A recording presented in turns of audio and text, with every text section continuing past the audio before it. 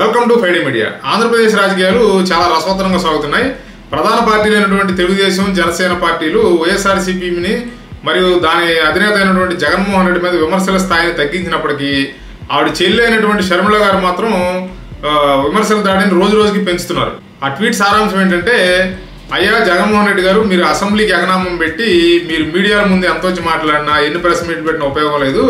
మీరు ఖచ్చితంగా అసెంబ్లీకి వెళ్ళి ప్రజల యొక్క సమస్యలను అక్కడ లేవనెత్తండి. మీరు ఢిల్లీలో ధర్నాలు చేసి మీ సమస్యలను ఢిల్లీలో వినిపించడం కాదు, ఫస్ట్ మొదటగా అసెంబ్లీలో వినిపించాలి కదా. మీరు ఇవన్నీ చేయనప్పుడు మీ 11 మంది ఎమ్మెల్యేలు రాజీనామా చేసేయండి. మీ వల్ల రాష్ట్రానికి వచ్చే ప్రయోజనం ఏమీ లేదు. మీరు ఆ పదవులకు రాజీనామా చేసి మీరు ఆఫ్రికా అడవులకు వెళ్తారో లేదా అంటార్కిటాకి వెళ్ళి ఆ మంచులో డొల్లాడతారో ఏం చేస్తారో మీ ఇష్టం. అంతేగాని మీరు ఎమ్మెల్యే పదవులు పెట్టుకుని అసెంబ్లీకి అటెండ్ అవ్వకుండా ఉండడం అది కరెక్ట్ పద్ధతి కాదు. అట్లాగే స్కూల్కి రెగ్యులర్గా అటెండెన్స్ లేకపోతే పిల్లవాడికి కనుక టీసీ ఇచ్చి పంపించేసినట్లు, తర్వాత ఒక ఉద్యోగానికి రోజువారీగా అటెండ్ అవ్వకుండా ఆ పని గంటల్లో పనులు చేయకుండా ఇటు చేసినా కూడా ఆ ఉద్యోగం నుంచి ఎట్లా తొలగిస్తాము.